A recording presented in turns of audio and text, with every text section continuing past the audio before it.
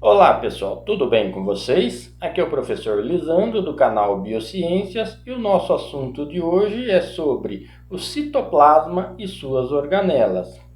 A partir do século XIX, com o desenvolvimento da microscopia e das técnicas de coloração, foi permitido aos cientistas a observação de vários corpúsculos e estruturas no interior da célula, no qual deram o nome de organelas. Organela é um nome que vem do latim que significa pequenos órgãos.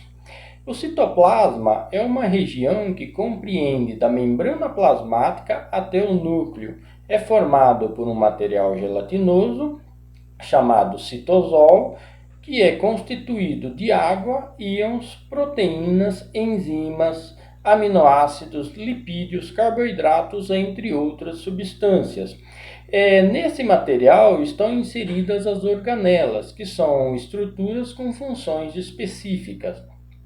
Essas organelas estão distribuídas em três categorias: organelas derivadas de membrana plasmática, organelas endossimbióticas e organelas sem membrana. Para entender melhor a função de cada organela, vamos falar por etapas. Organelas derivadas de membrana são retículo endoplasmático, complexo golgiense, lisossomos, peroxissomos e vacúolos. O retículo endoplasmático é um conjunto de canais e tubos interconectados que se fundem ao envoltório nuclear, ou seja, a membrana do núcleo celular, e que se expandem até a membrana, que podem se expandir até a membrana plasmática e se fundir a ela. O retículo endoplasmático é formado por dois tipos: retículo endoplasmático granuloso e retículo endoplasmático liso. O retículo endoplasmático granuloso tem esse nome porque apresentam grânulos de ribossomos em sua superfície e são responsáveis pela síntese de proteínas. Já o retículo endoplasmático liso não possui grânulos e são responsáveis pela síntese de lipídios, mas também podem ter como função o armazenamento de cálcio, principalmente nas células musculares para a contração muscular. Pode funcionar como reservatório de glicose, principalmente na célula do fígado para a liberação de glicose na corrente sanguínea, e também são organelas que têm a função de desintoxicação de substâncias provenientes, de alimentos com conservantes, de drogas, de álcool e também de pesticidas, ok? Já o complexo golgiense é um conjunto de bolsas achatadas e empilhadas que formam vesículas secretoras. A sua função é o endereçamento de proteínas e lipídios, porém também podem participar no produto final dessas substâncias a partir da fosforilação, que é a adição de um grupamento fosfato às proteínas e lipídios, formando fosfoproteínas e fosfolipídios, ou adição de um grupamento de glicose, através da glicosilação, formando glicolipídios e glicoproteínas, ok? Os lisossomos são vesículas existentes no interior das células, secretadas a partir do complexo golgiense, que contém em seu interior hidrolases ácidas, que são responsáveis pela digestão intracelular.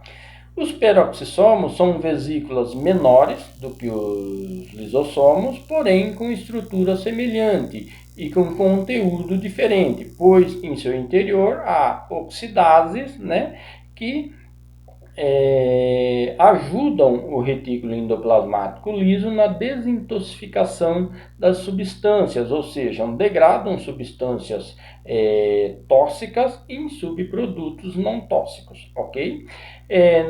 Nos peroxissomos também existe a enzima catalase, que é uma enzima responsável pela conversão do peróxido de hidrogênio formado em certas reações, né, químicas na célula, que pode ser inclusive uma substância tóxica, e ele converte, né, a catalase converte essa substância, o peróxido de hidrogênio, em água e oxigênio. Já os vacúolos são organelas praticamente de células vegetais, né, derivadas somente de células vegetais, são muito maiores do que os lisossomos, né, também são vesículas que contêm água e sais minerais, e funcionam como também ajudam, né, a célula no equilíbrio osmótico da célula vegetal e na digestão intracelular. Os vacúolos existem somente nos vegetais por causa que os vegetais não se movimentam como os animais para adquirir água. Então, onde eles estão, né, eles absorvem água pela raiz o suficiente, né, o máximo que podem, e reservam essa água e também os sais minerais, né, em forma de vacúolos no interior de suas células para processos futuros, ok? Organelas endossimbióticas são as mitocôndrias e os plastos.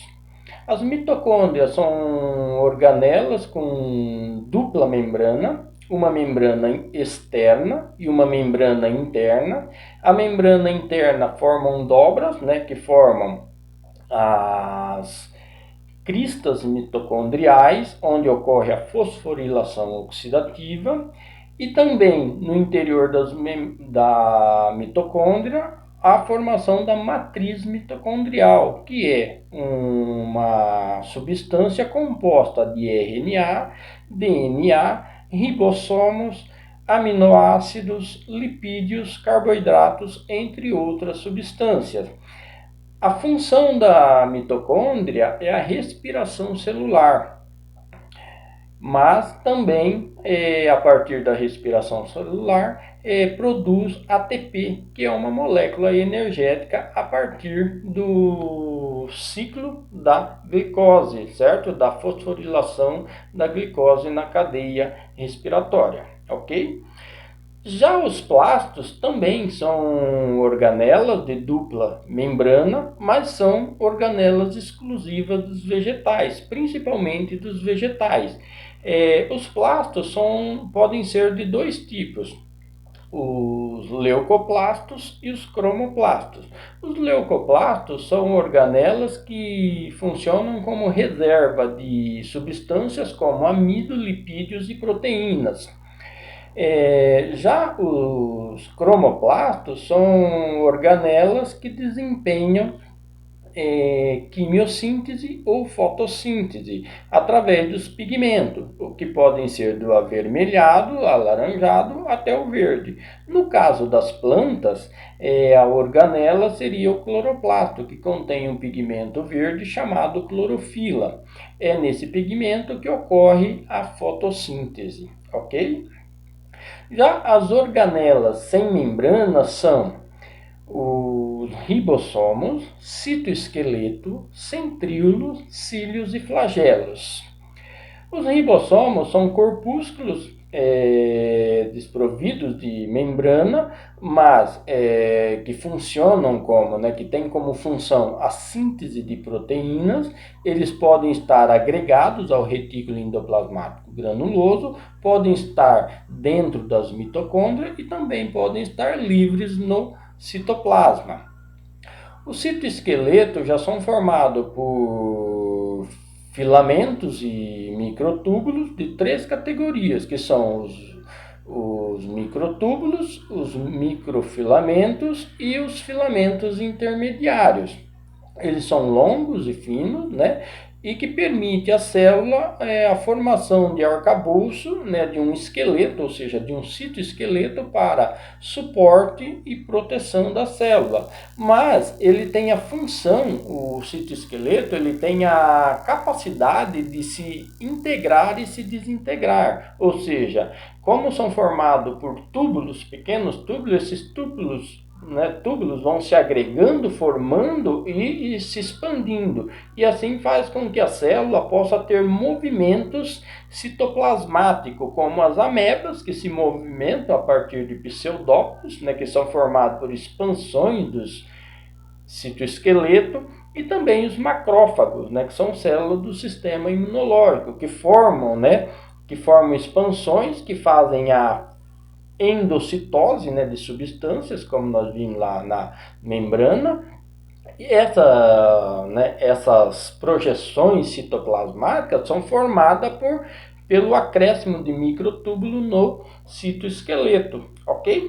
O citoesqueleto também vai formar os centríolos. Os centríolos são estruturas praticamente exclusivas das células animais. Eles são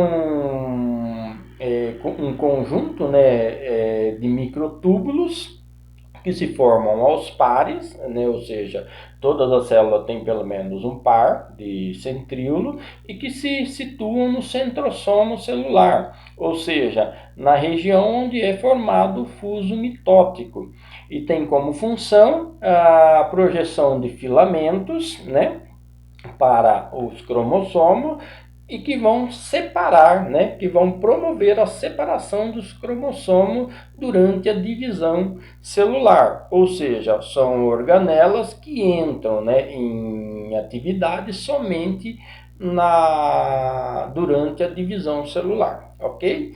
Já os cílios e flagelos são projeções da membrana plasmática, a partir também dos centríolos de filamentos, que vão formar estruturas, que tem a ver com o movimento da célula. Os cílios são curtos, mas em grandes números, Eles funcionam principalmente para movimentação, ou seja, a célula do pulmão, por exemplo, são ricas em cílios, Por quê? Porque elas se movimentam para fazer a limpeza, da traqueia, que formam como produto o catarro, ok? E também na célula do intestino delgado, onde esse cílio, das células vão captar as substâncias, ter mais facilidade de captação das substâncias para ser absorvida pela célula do intestino delgado e levar essas moléculas, essas substâncias até o fígado e daí ser distribuída para o restante do organismo, ok? Já os flagelos são bem mais longos do que os cílios, porém são bem menores número, alguns protozoários, como o paramécio, têm 2 flagelos para movimentação, para que eles possam se movimentar na água, mas também na célula humana o espermatozoide tem um flagelo para movimentação para chegar até a célula, o óvulo, a célula, o gameta feminino, ok? Então essa foi a nossa aula de hoje. Dê um joinha, comente aqui embaixo a sua dúvida que eu responderei com o maior prazer, compartilhe e se inscreva no nosso canal. Muito obrigado, até mais.